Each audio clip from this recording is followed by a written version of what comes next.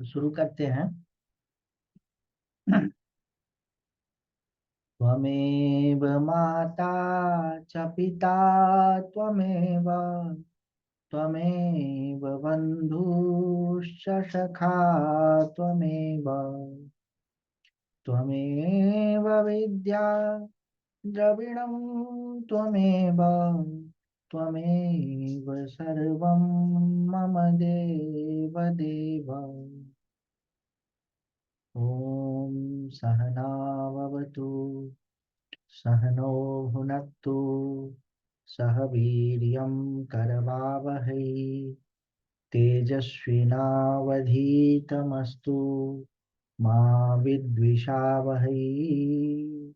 ओम शांति शांति शांति।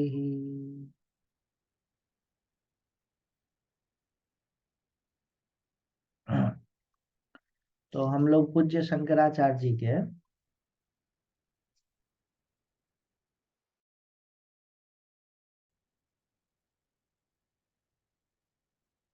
पूज्य शंकराचार्य जी के साधन पंचकम का अध्ययन कर रहे हैं और उसके प्रथम श्लोक के पूरा अध्ययन कर लिए और उसके दूसरा श्लोक का पहला दो चीज को पढ़ ली। पहला दो जो वाक्य है, एक एक श्लोक में लगभग 8 वाक्य है। तो पहला दो वाक्य को हम लोगों ने पढ़ लिया, दूसरे श्लोक के पहले दो वाक्य को पढ़ लिया। दूसरे श्लोक के अब तीसरे वाक्य को आज पढ़ेंगे। और हम लोग क्या कर रहे हैं, जब ये साधन पंचकम पढ़ रहे हैं तो एक विचित्र तरीका, ये ग्रंथ जो है ना, ये साधना से संबंधित बहुत बड़ी बड़ी बातों को नहीं करता है, बहुत छोटी छोटी बातों को। और उन बातों को बिना समझे और माने न तो वेदांत में प्रवेश है, न साधना की किसी भी विधा में प्रवेश है। उन बातों को मानना ही पड़ेगा। सामान्यतः लोग क्या करते हैं कि साधना जब करने जाते हैं तो बड़ी बड़ी बातों को पकड़ते हैं, छोटी छोटी बातों को छोड़ देते हैं। और उनकी स्थिति क्या हो जाती है, एक कोई फिल्म के बारे में मुझे किसी ने बताया था। उस फिल्म में एक बंदर होता है, लंगूर, चिंपैंजी जो भी कहीं, एप, वो काला शरीर आदमी जैसे। और वह सारे लोगों से झगड़ा कर लेता है और झगड़ा करते करते एक बहुत ऊंची बिल्डिंग के ऊपर चला जाता है। बहुत वो हड़कंप मचाता है। और उस बिल्डिंग के ऊपर में उसको मार करके गिराने के लिए मिसाइलें, हेलीकॉप्टर, अ, वो सब जो होती हैं, बड़ी बड़ी हवाई जहाज पर जो गन होती है, वो सब उस पर निशाना लिए वो होता है। और वहां पर वो पहुंचता है और उसको मारता। चला तो गया बहुत ऊंचा, लेकिन वहां से जो गिरा, खूब ऊंचा बिल्डिंग का टावर, खूब एकदम सिंगापुर में जैसा होता है, और वहां से उसको मार करके गिरा दिया। बात खत्म। तो हमारा हालत उस बंदर जैसा न हो जाए। किस बंदर जैसा? वह बंदर जो कि टावर पर चढ़ जाता है, खूब ऊंचा टावर पर, सबको हरा देता है, पूरे शहर की ट्रैफिक को गड़बड़ कर देता है, लेकिन अंतिम में क्या होता है उसके साथ में? गोली, उसको बम से मार देता है या मिसाइल से मार देता है। तो बिना साधन पंचकम के चीजों को समझे हुए, चाहे आप साधन पंचकम के द्वारा समझे या किसी और चीजों के द्वारा समझे, समझे हुए, उसको माने हुए, उसको अपनाए बिना अगर आप साधना के रास्ते पे चलते हैं तो खूब ऊंचा चले जाएंगे और वहां से मार करके गिरा दिए जाएंगे, च्युत हो जाएंगे, गिर जाएंगे। अब वो ऊपर भी क्या गया, वो ऊपर तो उसका कोई जगह था नहीं, वो तो दूसरी की ही बिल्डिंग पे चढ़ गया। लगता था उसको कि ऊंचा चला गया, और उतना ऊंचा चला गया और हेलीकॉप्टर से गन निकला, वो तो मिसाइल, और उसको मार के गिरा दिया।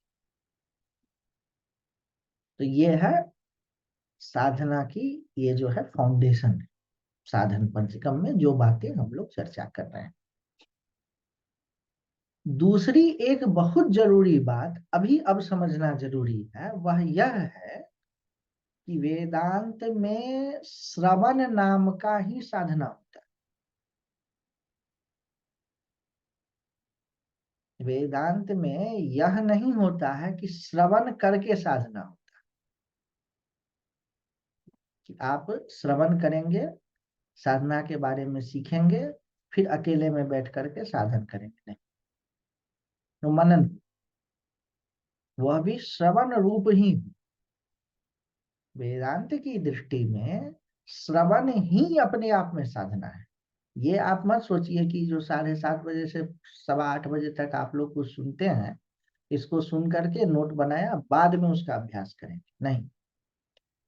ये सारी चीजें क्या कर रही हैं, मैं जो अभी बोल रहा हूँ, शास्त्रों की बात बोल रहा हूँ, जो भी, यह आपके मन में परिवर्तन ला रहा है। अब कब लाएगा परिवर्तन? 8:30 बजे जब क्लास समाप्त हो जाएगा तब? नहीं। जिस समय में जो बात आपको चुभ गई, जो बात लग गई, जो बात समझ में आ गई, वो बात उसी समय में आपके मन का परिवर्तन करते ही चला जा रहा है। आप ऐसा मत सोचिए कि श्रवण करेंगे, उसका नोट्स बनाएंगे, नोट्स को बना के रखेंगे, फिर कभी जंगल में जाएंगे, ऋषिकेश जाएंगे, हरिद्वार जाएंगे, फिर इसका लाभ मिलेगा, नहीं। जिस क्षण मैं बोल रहा हूं उसी क्षण आपको मैक्सिमम लाभ जो भी मिलने का होगा वो मिल जाएगा। बाद में इसको सुनिएगा, मतलब बाद में उसको विचार कीजिएगा, तो भी वह विचारात्मक लाभ ही है। उस समय में क्लिक कर जाए, मैं ये नहीं कर रहा हूं कि जब मैं बोल रहा हूं उसी समय में क्लिक करे, बाद में भी करेगा तो क्लिक ही करेगा। ये नहीं होगा। इसमें इसमें यह बात नहीं है कि आप सुनेंगे फिर कुछ करेंगे, नहीं, सुन करके भी कुछ क्लिक ही। तो यह है वेदांत का एकदम, ये जो है ना, ये सब संप्रदाय वाली बात है। सुन करके कुछ करना नहीं है, सुन करके समझना है। यह सुनते सुनते भी समझ में आ सकती है। अब कोई थोड़ी सी मंद बुद्धि का होगा, तो एक व्यक्ति था, कहानी मुझे नहीं याद है, उसको कोई जोक सुनाया, साल भर बाद वो जो एकाएक जा रहा था, हंसने लगा। बोला क्यों हंसा? बोले वो साल भर पहले जो 6 महीना पहले जो तुमने जोक बोला, वो मुझे आज समझ में आया। हो सकता है आपको साल भर बाद समझ में आए, 2 साल बाद समझ में आए, लेकिन जब भी समझ में आएगा तो समझ में आएगा। यह आपके थॉट वर्ल्ड को बदलने का काम कर रहा है। इसीलिए अन्य चीजों सुन करके किया जाता है, सुन करके साधना की जाती है। वेदांत में श्रवण ही साधना है।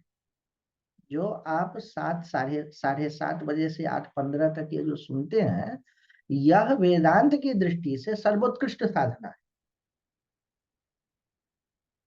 इस बात को ठीक से समझ लीजिएगा, तब जो है ये आगे वाली चीज जो मैं बताने जा रहा हूं, शांत्यादि परिचीयताम, दूसरे श्लोक का ये तीसरा वो है, शांत्यादि परिचीयताम।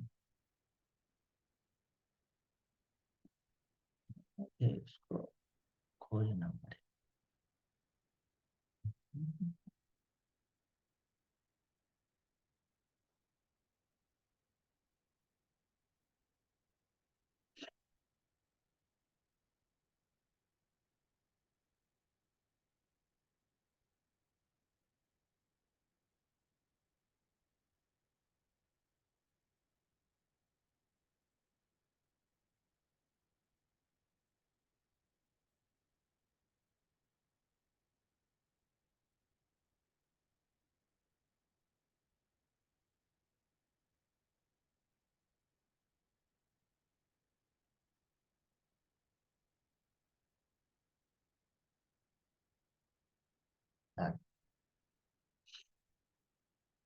ये क्या है? दूसरे श्लोक का तीसरा वाक्य, शांत्यादि परिचीयताम।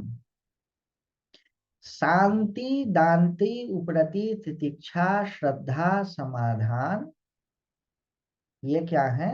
6 चीज हैं, आप लोग को विवेक चूड़ामणि में भी पढ़ा है, बार बार पढ़ा है। इन 6 चीजों का अभ्यास करो, ये कहना चाह रहे हैं। शांति आदि परिचीयताम। शांति क्या है? शांति आदि में क्या क्या आता है? सम, दम, उपरति, तितिक्षा, श्रद्धा, समाधान आदि। परिचीयतम, अभ्यास करो।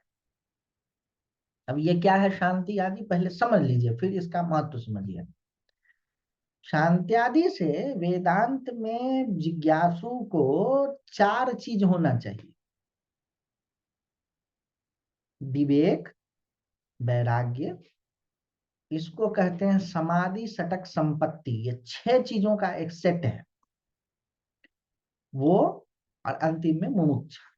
4 चीज होना चाहिए, जिसमें पहला दूसरा चीज जो है एक एक, और तीसरा चीज जो है उसके 6 रूप, ठीक। और चौथा चीज है मुमुक्षा, मैं छूट जाऊं उसकी इच्छा। ये 4 चीज, उसमें जो तीसरी चीज है उसके 6 रूप हैं, 6 टाइप्स नहीं है, 6 उसके फॉर्म्स है। उसको क्या बोलते हैं? जो तीसरी चीज है उसको बोलते हैं शांत्यादि या समाधि, एक ही बात है। तो ये जो सम, दम, उपरति, तितिक्षा, श्रद्धा, समाधान है, इसको मैं बहुत गहराई से देखा हूं। मैं अपने अनुभव में बताता हूं कि मैं जब शुरू में वेदांत पढ़ना शुरू किया, तो वैसे तो वेदांत में वो विवेकानंद आदि की और अन्य जगहों से कि वेदांत में ब्रह्म और जीव एक है, ये सब पढ़ता था। वेदांत सार मैंने पढ़ना शुरू किया महाराज जी से, तो उसमें वो बताया समदम उपरति तितिक्षा श्रद्धा समाधि। अब मैं पढ़ने भी बैठूं कि वेदांत जो महाराज जी पढ़ाए हैं, बीच में दिमाग में आया कि उस वाली पुस्तक को देख लूं।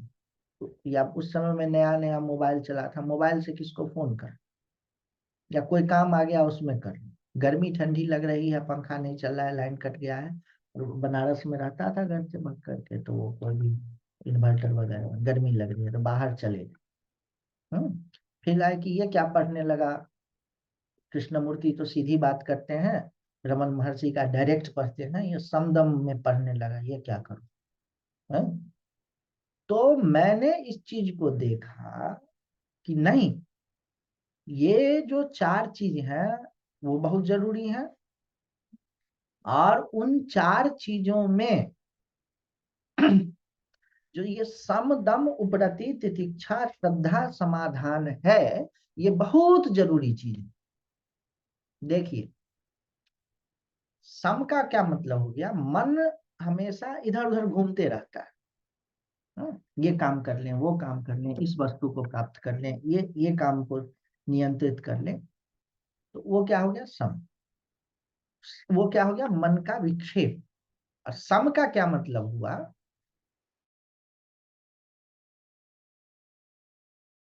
सम का क्या मतलब हुआ? उन सब चीजों से मन को वापस लिया। आपका मन, वेदांत अभी श्रवण कर रहे हैं, बीच में मन किया कि इस चीज को देख लें, या वेदांत पढ़ रहे हैं, किसी का प्रवचन सुन रहे हैं, बाद में यूट्यूब पर ही सुन रहे हैं, मन किया कि इस चीज को कर लेते हैं, उसके बाद ये काम करेंगे। ये जो बीच में ब्रेक लेने का मन में जो संकल्प हुआ, उसको रोकिए। नहीं तो देखिए, मन की शक्ति अनलिमिटेड होते हुए भी पोटेंशियली एक्चुअली में लिमिटेड है। तो विषय की गहराई में जब तक सातत्य नहीं होगा तब तक आप नहीं जा सकते, जब तक कंटिन्यूटी नहीं होगा तब तक आप नहीं जा सकते। तो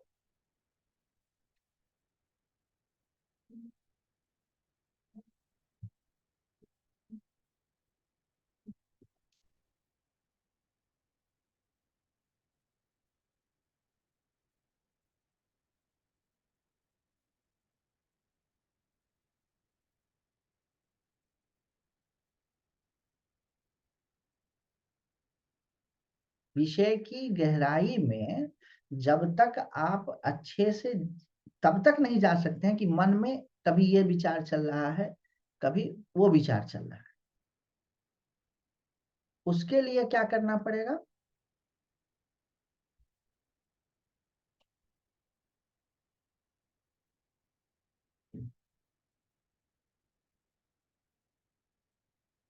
मन को वहां से ले आना। देखिए, सम की मैं बात कर रहा हूँ, मुझे कोई दुखी कर रहा है क्या? दम का क्या मतलब हो गया? शरीर को भी मत ले जाइए। मन ही मन में सोच रहे हैं आप कि भाई ठीक है, मैं तो श्रवण को छोड़ करके मैं फला काम कर लेता हूँ, ये काम कर, मन से मैं वेदांत की सोच रहा हूँ, शरीर को ले जा रहा हूँ, इंद्रियों को ले जा रहा हूँ। नहीं चलेगा। इंद्रियों को भी रोकिए। ठीक।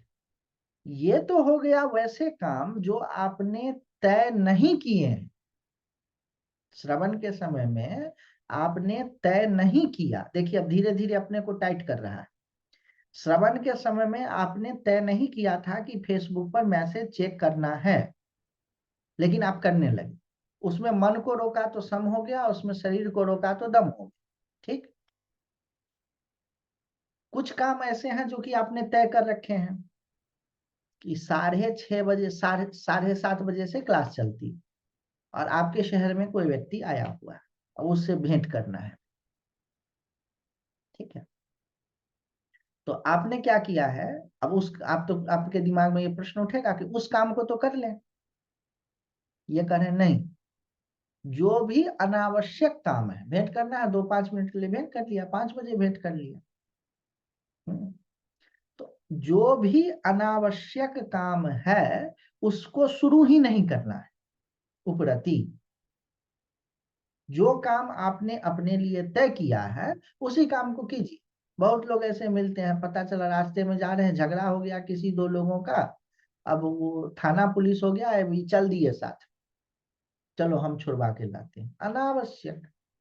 मेरे गांव में है, बेमतलब का, उसको किसी ने पूछा नहीं, उसको किसी ने बुलाया नहीं, नया नया काम को अपने सर पे लिए जा रहा है। ये क्या हो गया? अनुपरत। वेदांत के विषय में अगर आपको प्रवेश करना है तो उपरति चाहिए। उपरति का मतलब यूं समझिए, शंकराचार्य भगवान ने कहा है, पहले बताया था, स्वकर्मानुष्ठानम में। आपने अपने लिए जो अपना कर्म निश्चित किया है, उसके अलावा नया नया काम में हमको मस्तिष्क नहीं लगाना है। ये हो गया उपरति। अब देखिए, अब और टाइट किया, धीरे धीरे अपने मन को और कठिन चाबी दे रहा है। क्या? अगला चीज हो गया तितिक्षा। ठीक है, वेदांत श्रवण कर रहे हैं, इस बीच में ठंडी ज्यादा हो गई, गर्मी ज्यादा हो गई, बर्दाश्त कीजिए। कोई ऐसी बात हो गई श्रवण से पहले जो आपके दिमाग को झकझोर दिया, दिमाग को एकदम दुखी कर दिया, किसी ने अन्याय कर दिया, किसी ने ऐसा काम कर दिया कि आपको पसंद नहीं, उसको आपने, उसको वो कीजिए, उसको भी बर्दाश्त कीजिए। सहनम सर्व दुखानाम अप्रतिकार पूर्वकम। इसका मतलब, इसका क्या कहते हैं? तितिक्षा। यह अपने आप में एक तपस्या है, तितिक्षा। अगला चीज क्या है? श्रद्धा। श्रद्धा का क्या मतलब हो गया? विश्वास नहीं, ऐसे नहीं कहें। आप ये कहिए कि आपको किसी चीज की सत्यता को पता करना है, तो जब तक आप मेरे द्वारा उसके पक्ष विपक्ष को सुनने की स्थिति में नहीं रहेंगे, तब तक आप क्या तय कर सकते हैं कि सत्य है कि नहीं है? आप फिजिक्स का कोई सिद्धांत पढ़ते हैं या गणित का कोई सिद्धांत पढ़ते हैं, तो क्या आप जब तक उस सिद्धांत को प्रूव नहीं कर लेते हैं तब तक उस सिद्धांत को डिस्प्रूव मानते हैं क्या? बात मेरी समझिएगा। गणित में या फिजिक्स में एक कोई सिद्धांत है, आइंस्टाइन का रिलेटिविटी का सिद्धांत है, उसका प्रूफ है कि ऐसे ऐसे इसको प्रूव करना है। आपको जब उस सिद्धांत के बारे में बताया जाता है, तो जब तक आप उसको प्रूव नहीं करते हैं तब तक आप उसको क्या कहते हैं कि ये गलत है? नहीं। आप सही भी उसको नहीं कहते हैं, लेकिन आप इस बात के लिए तैयार रहते हैं, मानसिक रूप से खुले हुए रहते हैं कि उस सिद्धांत के प्रूफ को आप खुले मन से देख सकें। तो जब मैं कह रहा हूं शास्त्रों के बल से कि समस्त विश्व आप ही हैं, वह ब्रह्म ही है, एक ही है, मानिए मत मेरी बात, नहीं जरूरत है, लेकिन मैं किस आधार से कह रहा हूं, क्यों कह रहा हूं, कैसे कह रहा हूं, उसका मतलब क्या है, इसको समझने के लिए जब तक आप खुला मन नहीं रखें, काम नहीं चलेगा। किसी भी विषय में पढ़ना नहीं हो पाएगा, किसी भी विषय का समझ नहीं हो पाएगा। उसके लिए आपको इतना खुलापन तो होना ही पड़ेगा मस्तिष्क का कि आप मेरी बात को सुन करके समझने के लिए तैयार। प्रूव और डिस्प्रूव करना बात की बात है। उस दिमाग के ओपननेस को क्या कहते हैं, श्रद्धा। अब अगला चीज आ गया समाधान। समाधान का मतलब हो गया मन में हजारों नहीं लाखों तरह की, क्योंकि ये सूक्ष्म विषय है, आप लोग सुन रहे हैं बड़ी बात है, और यह विषय बड़ा सूक्ष्म है। जो विषय जितना सूक्ष्म होता है उसके उतने ज्यादा विकल्प होते हैं। विकल्प का मतलब उसमें उतने ज्यादा if, but, then, else, why, what सब लगा रहता है। मैं अगर आपको कहूं कि आलू का मूल्य 10 रुपए है, ज्यादा नहीं सोचना पड़ेगा। और मैं अगर आपसे रॉकेट साइंस की चर्चा करने लगूं, जो मुझे आती नहीं है, तो उसमें सैकड़ों विकल्प हैं। ऐसे होगा तो ऐसे हो जाएगा, ऐसे होगा तो ऐसे हो जाएगा। और ये जो विषय है ये रॉकेट साइंस से भी ज्यादा गहरी विषय है। जो विषय जितना सूक्ष्म होता है उसमें उतने ज्यादा विकल्प होते हैं। पतली चीजों की और रेखाएं रेशाएं निकलती हैं। तो ये ऐसा विषय है कि इसमें बहुत सारी ये निकलता है। तो जब जिस समय में जिस चीज पर चर्चा हो रही है उस चीज का बात कीजिए। हमारा एक है इसमें, कौन है, रुद्र है, कौन है, वो क्या करता है जब पढ़ता है, वो अकेले में भी पढ़ता है, तो क्या करता है, पढ़ रहा है विज्ञानवाद और पढ़ रहा है वेदांत, चला जाएगा विज्ञानवाद। पढ़ रहा है पंचदशी, चला जाएगा शून्यवाद। मैं उसको कहता हूँ देखो भाई, गांव में हमारे तरफ कहते हैं कि डाइन की सिद्धि करते हैं। तो समाधान को समझो रुद्र, क्या डाइन की सिद्धि, वो कहते हैं ना डाइन की सिद्धि कर। तो वो जब सिद्धि करने गया तो वो अपना पूजा पाठ करके और स्मशान से वापस चल या चली, तो वहां के जो देवता हैं या भूत है या जिसकी भी सिद्धि कर रहा है वो बोलता है डनिया घूर गए, मतलब पलट के वापिस देखो। तो अगर वो अपने समाधान में है, ये जो छठा चीज है, अपने मस्तिष्क के एकाग्रता में है, तो वापिस चल जाए। और अगर वो अपने मस्तिष्क के समाधान वाली अवस्था में नहीं है, तो ये सिद्धांत पढ़ रहा है, वो सिद्धांत पढ़ रहा है, ये ज्यादा पढ़ रहा है, उसकी पढ़ रहा है, उसको पढ़ रहा है, उसको समझ रहा है, मतलब करना, उसमें कोई निर्णय में नहीं पहुंचता है, और तमाम चीजों को जमा कर लेते। तो उसी तरह से वो जो ही पीछे पलट के देखा तो कहते हैं कि पगला जाएगी, या जो भी साधक है पागल हो जाएगा। तो ये जो, जब हम लोग कोई चीज पर चर्चा करते हैं, विचार कर रहे हैं, तो जिस चीज पर विचार करें उस पर करें, इधर उधर नहीं जाइए। एक साधक में और एक दार्शनिक में क्या अंतर है ये बताइए।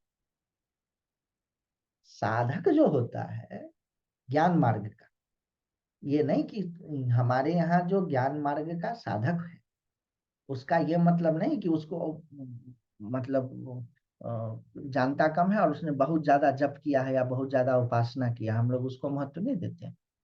उसको भी इसी बात की समझ है कि ब्रह्म सर्वव्यापक है, जानकारी उसको है, और अनुभवात्मक समझ उसको कैसे होगी सो समझ। और जो प्रोफेसर एक होता है, या बहुत सारे ऐसे लोग हुए विद्वान हुए, यूरोप में बहुत नहीं, भारत में तो याद भी नहीं रखते हैं विद्वानों, भूल जाते हैं। यूरोप में बड़े बड़े विद्वान हुए, तो उनके और भारत में जो साधक हुए उनमें अंतर ये है कि जो साधक होता है वह जिन जिन सिद्धांतों को पढ़ता सुनता है उसमें से कुछ एक सिद्धांत को वह आत्मसात कर लेता है, उन सिद्धांतों को वह मानता है, उन सिद्धांतों पर उसको विश्वास की उपलब्धि हो जाती है। क्यों हो जाती है? अनुभव के कारण हो, गुरु कृपा से हो, जैसे भी। और जो प्रोफेसर टाइप के जीव होते हैं वो भले ही किसी साधक से बहुत ज्यादा जानते हो, लेकिन उनका विश्वास किसी एक सिद्धांत पर नहीं होता है। उनके मन में समाधान वाली अवस्था नहीं पहुंचती।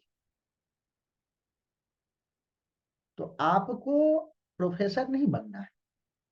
इस सिद्धांत में ये लिखा है, इस सिद्धांत ठीक है, जान लिया, उसमें कोई बुराई नहीं, लेकिन आपको प्रोफेसर नहीं बनना है। आपको साधना में घुसना है। साधना क्या है? सुनना ही साधना है, समझना ही साधना है। तो इस सुनने और समझने में तमाम कन्फ्लिक्टिंग थॉट्स को नहीं जमा करना है। अगर जमा हो गया तो उसका समाधान कर लेना है, लेकिन कन्फ्लिक्टिंग विचार को अपने में बना करके बैठे रहना यह साधक का काम नहीं। बहुत सूक्ष्म अंतर है एक साधक में और एक विद्वान व्यक्ति। विद्वान तो नहीं कहेंगे, विद्वान को हम लोग, जो विद्वान का मतलब इधर जो बोलते हैं वो नहीं, विद्वान का मतलब हम लोग की तरफ साधक ही होता है, जो नॉलेजेबल पर्सन है, तमाम तरह की ये जानकारी वो जानकारी जमा कर लिया है। उसमें और साधक में ये सूक्ष्म अंतर है कि उसने, जो साधक है, उसने अपने में जो भी conflicting thoughts, seemingly conflicting thoughts, जो लगता है कि इन विचारों के बीच में विरोध है नहीं, इसीलिए उसको क्या कहेंगे? विरोधाभास। विरोध जैसा दिखता है, विरोध है नहीं। उन विचारों को वह समाधान कर लेता है। और जो सो कॉल्ड पढ़ा लिखा आदमी होता है, वो तमाम जानकारी बस जमा करके रखा है, वो उसका समाधान नहीं कर पाता है। बस ये बहुत पतला सा अंतर है। आप अपने में चूज कर लिए, हमें समाधान की ओर जाना है, हमें बहुत सारा उसको जमा कर लिया और वो करना है, ये इसमें नहीं जाना है। तो ये आज का इतना रखते हैं। कोई प्रश्न हो तो पूछ लीजिए, नहीं हो तो फिर अगला स्लाइड में अगला अगला जो है उस पर। गुरुजी ति, तितिक्षा को एक बार और थोड़ा समझ लीजिए, हाँ, क्योंकि तितिक्षा का उस समय नेट जो है थोड़ा। हाँ, सब देखो, उपरा सम का मतलब समझ गए कि मैं जी वेदांत पढ़ रहा हूँ, मेरे मन में आया कि व्हाट्सएप चेक करना है, नहीं चेक किया, ये हो गया सम। मेरे मन में आया, शरीर भी चला गया, लेकिन शरीर को रोक लिया व्हाट्सएप चेक करने से, ये हो गया दम। उपरति का मतलब हो गया कि हमने तय कर लिया कि हमको इतने बजे से इतने बजे तक व्हाट्सएप चेक नहीं ही करना है। ठीक है, ये हो गया उपरति, मतलब आपने अपने लिए वर्क को असाइन ही नहीं किया। सम और दम का मतलब है कि करते करते एकाएक काम आ गया दिमाग में, उसको रोका।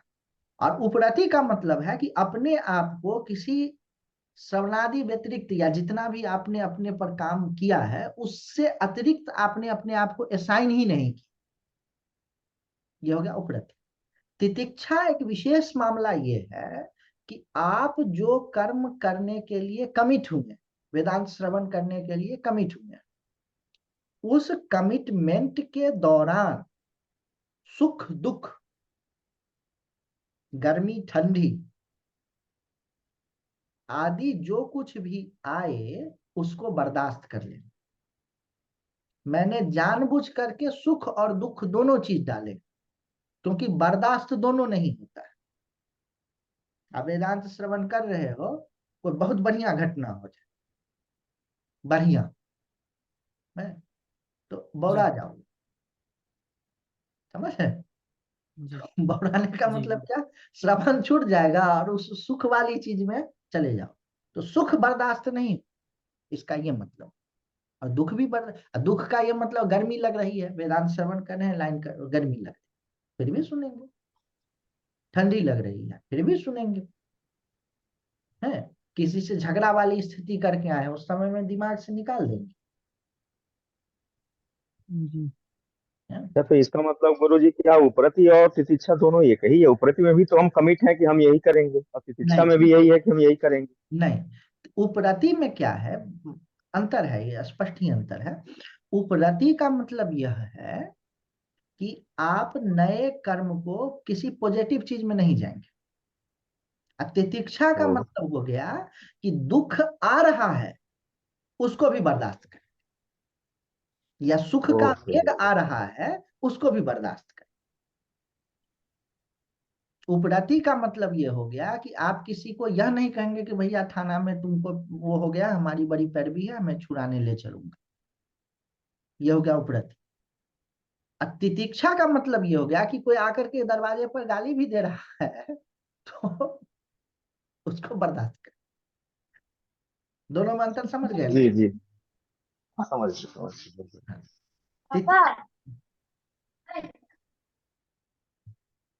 तिति ये कोई प्रश्न आया है उसको मैं देखता। अच्छा, समाधान समाधि भी है क्या? हाँ, समाधान को समाधि भी कहते हैं। समाधान को समाधि भी कहते हैं।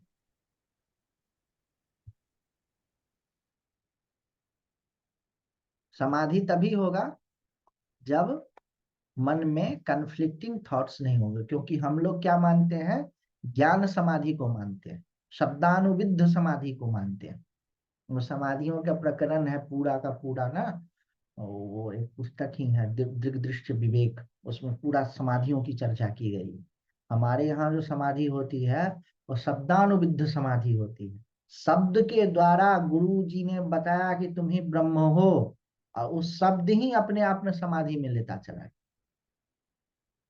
शब्दानुविद्ध समाधि होती है। तो वो जो है वो जब तक समाधान नहीं होगा समाधि नहीं होगा। समाधान हो जाएगा तो बुद्धि स्थिर हो जाएगी, अपने आप बीच बीच में समाधि में गोते लगा। तो टाइम भी तो लगभग हो ही गया, वो फिर काम पूरा हो नहीं पाएगा, तो आज यहीं पर बंद करते हैं। और तो कोई प्रश्न नहीं है?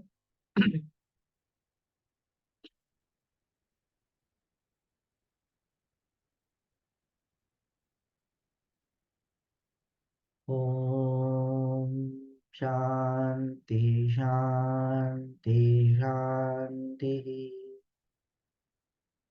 सर्वे भवन्तु सुखिनः, सर्वे सन्तु निरामयाः, सर्वे भद्राणि पश्यन्तु, मा कश्चित् दुःखभाग् भवेत्। ॐ पूर्णमदः पूर्णमिदं पूर्णात् पूर्णमुदच्यते, पूर्णस्य पूर्णमादाय पूर्णमेवावशिष्यते। ॐ शान्ति शान्ति शान्ति।